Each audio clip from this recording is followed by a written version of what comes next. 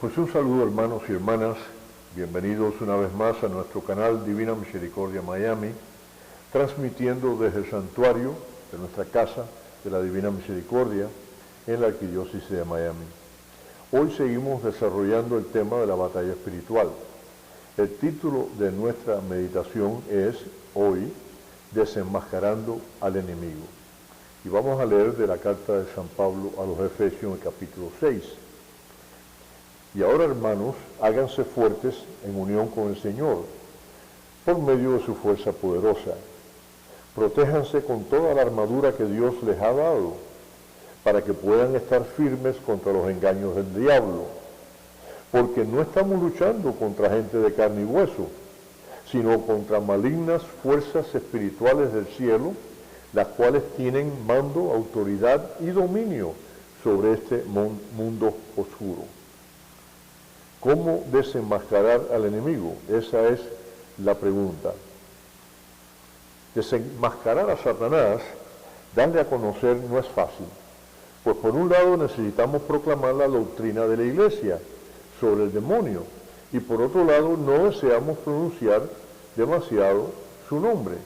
Sin embargo, hay una necesidad urgente de alertarnos y alertar a los demás del peligro que nos rodea. La primera, San Pedro, el apóstol San Pedro, en su primera carta escribe en el capítulo 5, versículo 8, sean prudentes y manténganse despiertos, porque su enemigo, el diablo, como un león rugiente, anda buscando a quien devorar. Todos sabemos que Dios es amor. Todos sabemos que creó el mundo para que fuese un lugar de paz, de justicia y de felicidad. Un lugar donde Él reinaría.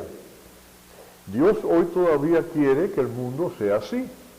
Sin embargo, si miramos a nuestro alrededor, podemos estar de acuerdo que el mundo anda gravemente mal.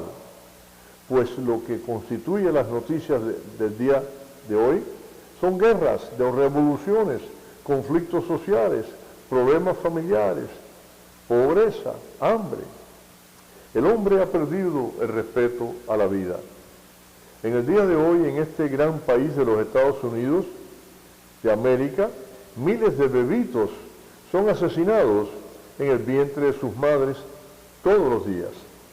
En algunas prisiones estatales de los distintos estados se están matando a los condenados a muerte. A cada rato leemos en los periódicos de personas que han matado a sus familiares enfermos para que no sufran. ¿De cuántos casos de suicidio nos hemos enterado o nos enteramos todos los días? Especialmente de la juventud, especialmente en estos tiempos, precisamente que estamos viviendo con esta pandemia, ¿no? Quien nos ha dado la vida, el Señor nos ha dado la vida, Él solo es el único que nos la puede quitar. El hombre ha perdido la moral cristiana, la moral de Cristo. Ha quitado a Dios del centro del universo y de su propia vida y se ha colocado Él en el centro. El hombre no quiere contar con Dios para nada. Ha llegado a un punto de soberbia y de autosuficiencia que quiere decidir por sí mismo lo que es bueno y lo que es malo. El hombre no le corresponde decidir, le corresponde obedecer a aquel que por ser nuestro creador nos dice lo que es bueno y lo que es malo. Cuando el hombre dicta sus propias leyes y éstas se oponen a las leyes y enseñanzas de Dios, entonces el hombre va apartándose de Dios hasta el punto en que pierde todo concepto de lo que es correcto y lo que es moral. Cuando en la sociedad predomina la falta de moral, encontramos al hombre envuelto en la mentira y en el robo, en el adulterio, en la inmoralidad sexual. En la ausencia de Dios, el hombre desesperado se acerca al alcohol y las drogas y queda atrapado de por vida. Pero hagamos un análisis todavía más cercano a la realidad en que vivimos. ¿Cuántos de nosotros somos víctimas de la desesperación? ¿Cuántos de nosotros nos cuesta a veces levantarnos de la cama por lo deprimido que nos sentimos. ¿Cuántos a pesar de estar acompañados, muchas veces nos sentimos solos? Y la ansiedad, la preocupación, la inseguridad que no nos deja realizarnos, el temor y el miedo, y a veces pánico, y hasta el terror. ¿Cuántos viven llenos de culpabilidad y avergonzados? Y la sospecha, y la desconfianza, la frustración, los complejos, etcétera, etcétera, etcétera. Dios no creó a sus hijos para que padecieran de tantas calamidades. ¿Quisiera usted todo esto para sus hijos? Por supuesto que no. Este no es el mundo ni el hombre que Dios creó.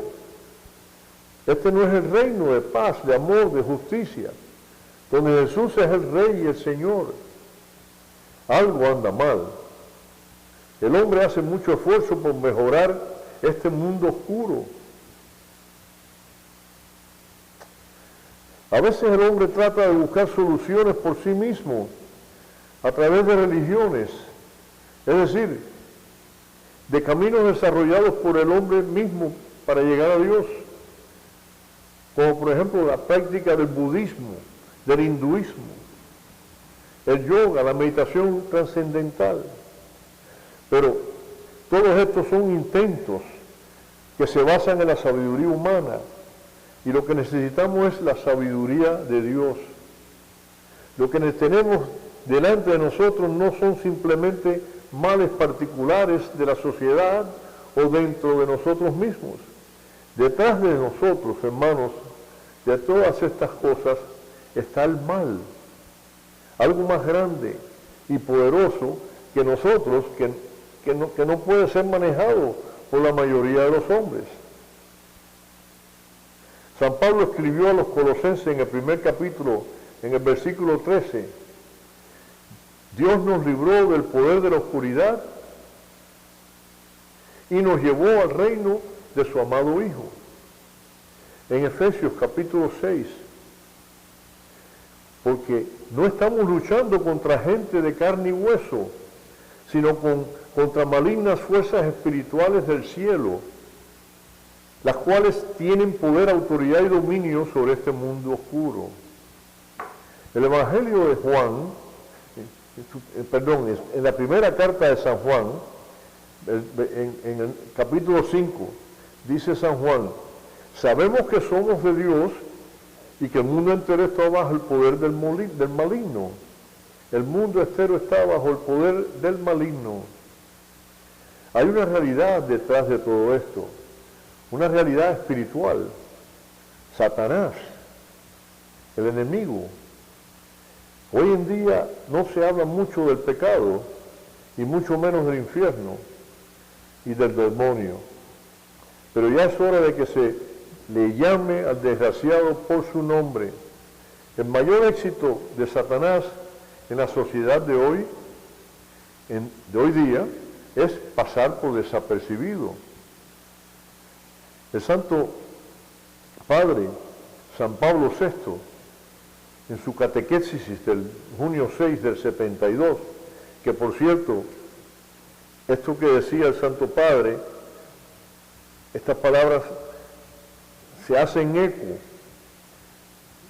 por nuestro querido obispo, Monseñor Agustín Román, que paz descanse, cuando él publicó unas guías pastorales sobre la oración de liberación en marzo de 1990. Decía el Santo Padre Pablo VI, algunos siguiendo las corrientes del mundo niegan la existencia de este maligno, sin recordar que se salen del marco de la enseñanza bíblica y de la Iglesia. Como se sabe, hay también quienes hacen de ella, o sea, de la existencia del maligno, un principio autónomo, algo que tiene su origen como toda criatura en Dios, algo que no tiene su origen como una criatura en Dios, o la explican, o sea, la existencia del maligno como una pseudo realidad, una personificación conceptual, fantástica, de las causas desconocidas de nuestras desgracias. Pero en realidad, hermanos, el Santo Padre nos decía, el maligno es el enemigo número uno, es el tentador por su excelencia. Sabemos que Satanás es una criatura que por negarse a servir a Dios fue condenado, que no se puede comparar con el Señor Jesús, que tiene todo poder y gloria, pero Satanás molesta.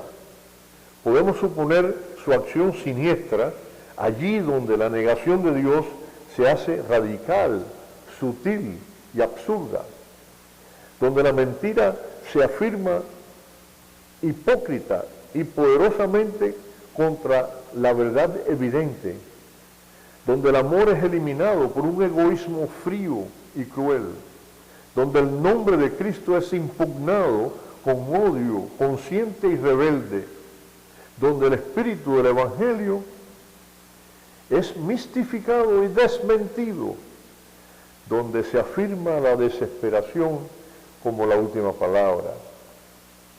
El enemigo Satanás fue un ángel creado por Dios, un ángel bello y hermoso, que llegó a ser la mano derecha de Dios y quiso ser como Dios. Desobedeció a su Creador, no quiso servirle más y se rebeló contra él, lleno de soberbia. Dios lo expulsó de su presencia, arrojándolo a este mundo oscuro. En el libro del Apocalipsis, en el capítulo 12, versículos 7, 8 y 9, podemos leer que después hubo una batalla en el cielo. Miguel y sus ángeles lucharon contra el dragón. El dragón y sus ángeles pelearon, pero no pudieron vencer, y ya no hubo lugar para ellos en el cielo. Así que fue expulsado el gran dragón, aquella serpiente antigua que se llama Diablo y Satanás, y que engaña a todo el mundo. Y sus ángeles fueron lanzados a la tierra. Con él muchos otros cayeron también.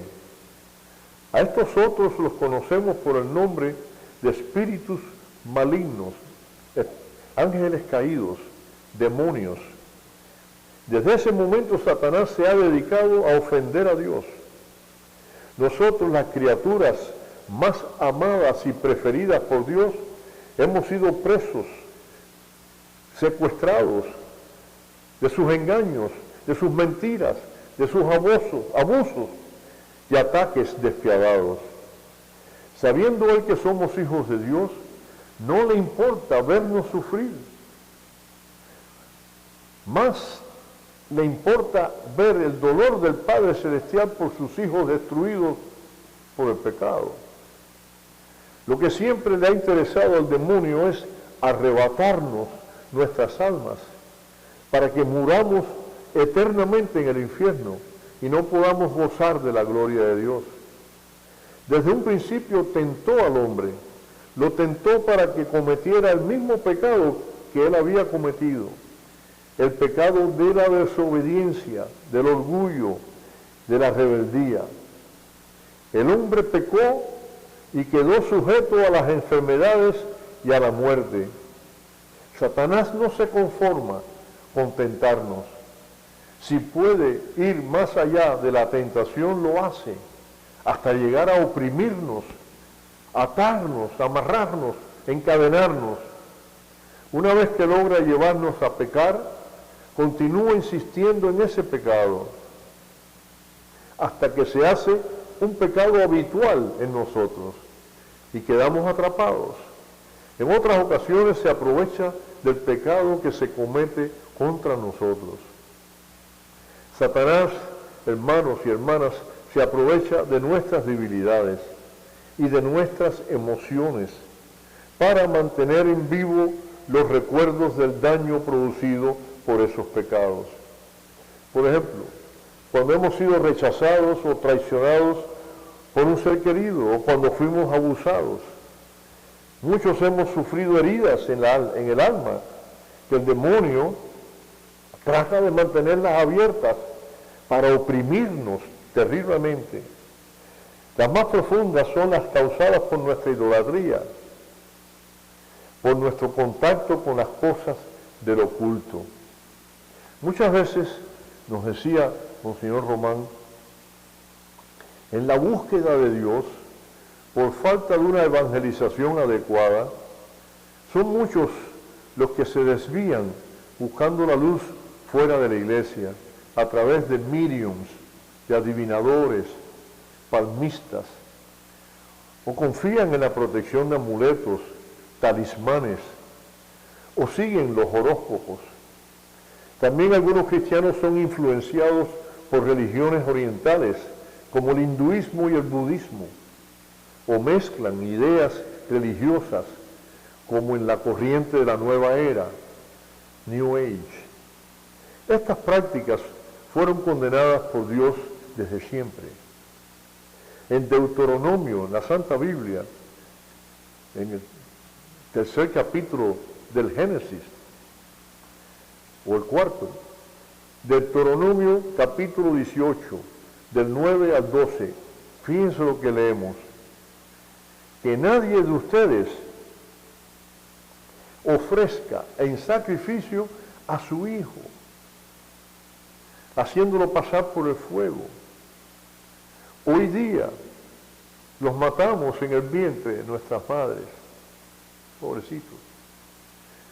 Ni practique la adivinación, ni pretenda predecir el futuro, ni se dedique a la hechicería, ni a los encantamientos, ni consulte a los adivinos y a los que invocan a los espíritus, ni consulten a los muertos, porque el Señor les repugnan lo que hacen estas cosas. Hoy día encontramos entre nosotros la hechicería, la brujería, las prácticas de la santería, del vudú y de las sectas satánicas. Todo esto es pecado, pecado de idolatría, y es la puerta más grande que nosotros podemos abrirle a Satanás y a sus espíritus malignos. La adicción al alcohol y a las drogas es una prueba más de la influencia del demonio en nuestras vidas. Todo aquello que no nos deja ser libres, todo aquello que destruye nuestra voluntad, nuestra libertad, no es de Dios. Te exhorto, hermano y hermana, a que si estás envuelto en algunas de estas cosas, déjalas, apártate de ellas, pídele perdón a Dios, arrepiéntete de haberle ofendido, confiesa tu pecado al sacerdote y resucita, estás muerto por el pecado. Pero el Espíritu que resucitó a Jesucristo de entre los muertos es el mismo Espíritu que está en ti desde que fuiste bautizado. El Espíritu, hermano, te dará vida y vida en abundancia, vida eterna en su presencia en el reino de los cielos. Una gran noticia tenemos que compartir. Jesús es el Señor. Él es el Rey de Reyes y el Señor de Señores. Él es el Cordero de Dios que quita los pecados del mundo. En la carta de los Filipenses, San Pablo, en el capítulo 2, de los versículos 5 al 11, escribe: Jesús, el Hijo único de Dios, aunque era de naturaleza divina, no insistió en ser igual a Dios, sino que hizo a un lado lo que le era propio, y tomando naturaleza de siervo, nació como hombre, se encarnó, y al presentarse como hombre se humilló a sí mismo, y por obediencia fue a la muerte, a la vergonzosa muerte en la cruz. Por eso Dios le dio el más alto honor y el más excelente de todos los hombres, para que en el nombre de Jesús Doblen la rodilla todos los que están en los cielos, en la tierra y debajo de la tierra. Y todos reconozcan que Jesucristo, hermanos y hermanas, es el Señor para honra de Dios Padre. Gloria a Dios. El Señor nos ha redimido, nos ha liberado. Éramos esclavos del pecado y de la muerte.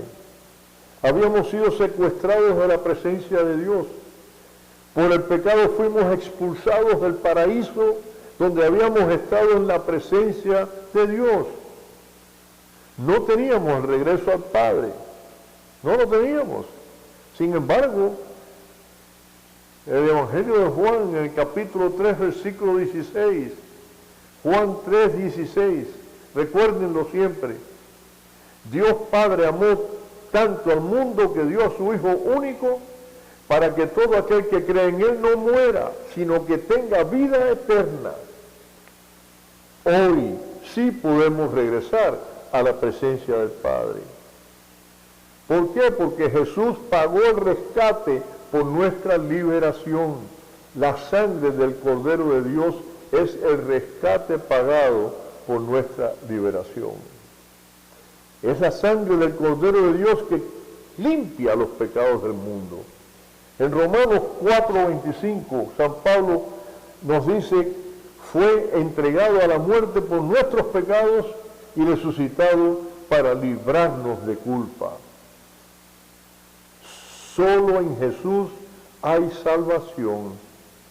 Los Hechos de los Apóstoles, de nuestro apóstol San Lucas, capítulo 4, versículo 12, nos dice, en ningún otro hay salvación, porque Dios no nos ha dado a conocer el nombre de ningún otro en el mundo por el cual podamos ser salvos.